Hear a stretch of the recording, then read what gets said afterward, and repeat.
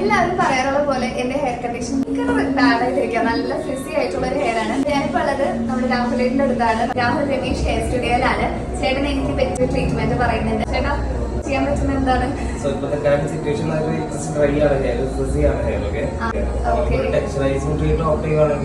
നമുക്ക് ഈ ഒരു നാച്ചുറൽ ലുക്ക് മെയിൻറ്റെയിൻ ചെയ്യാനുള്ളതും അതുപോലെ തന്നെ ഡ്രൈ ചെയ്താൽ മാറി മാനേജോട് ആവാറുണ്ട്. കസ്റ്റമൈസറുടെ ഹെയർ ഡോക്ടർ ചെയ്താൽ കുറച്ച് ബെറ്റർ ആയിരിക്കും. ഇന്ന് ക്രീമെല്ലാം അപ്ലൈ ചെയ്ത് നെക്സ്റ്റ് ഡേ വന്നിട്ടാണ് ഹെയർ വാഷും ഹെയർ കട്ടിങ്ങും ചെയ്തത്. So the result is